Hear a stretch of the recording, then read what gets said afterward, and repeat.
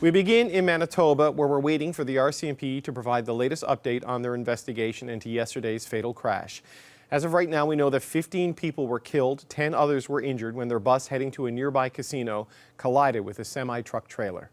The accident happened near Carberry, a town about 2 hours west of Winnipeg, and that's where the CBC's Aaron Collins is today. All right, so Aaron, we're expecting to hear from the RCMP any moment, but you're right there at the crash site. What strikes you about this location? Well, a couple of things, David.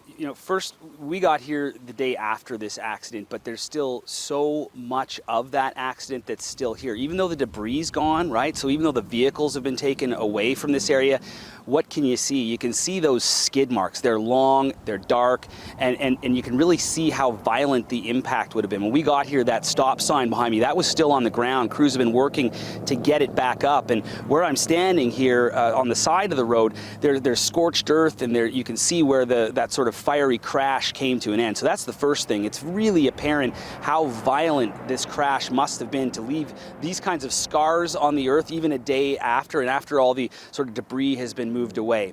Second thing that seems really obvious as you're sitting here, even if you're not from here, but if you're from the prairies, this is going to sound familiar.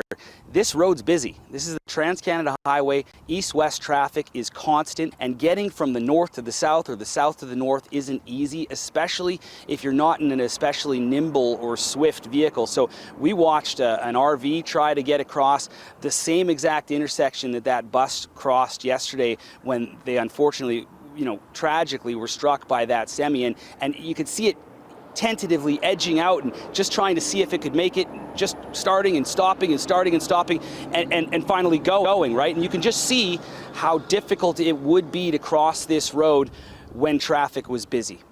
You can see it behind you, Aaron. Like it's a steady stream of vehicles. Like this is near a small town in a sparsely populated area, but the volume of trucks and cars just whizzing by you it's pretty significant. Absolutely, and for people that aren't from the prairies, this might look a bit odd. We've seen lots of pictures of this sort of crash site if you've been watching and following this story from home across the country, and it might seem a little strange if you're not from the prairies, but these kind of crossings, they're literally every kilometer down the road here, right? And they're essential routes for people to get to their farms, to get to small towns that dot the TransCanada highway, literally from Alberta, Saskatchewan, Manitoba, straight through the prairies. So this is a really common kind of place, and they are busy for sure.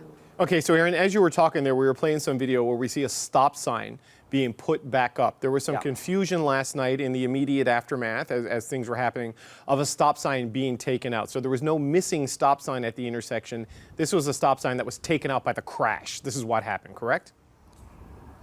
So we arrived here a couple hours ago, and the stop sign you can see behind me was down on the ground. There was a temporary stop sign there in its place. So even while we were here and that stop sign was down, there was a stop sign on this side of the road.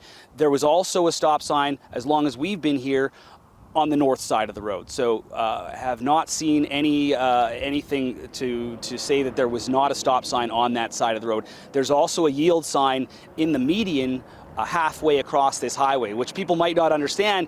As you're crossing the TransCanada, the east and westbound lanes are divided by this sort of grass highway. So what often happens is vehicles will have to turn out kind of halfway and then go for it when they have an opening in the traffic. It's not easy.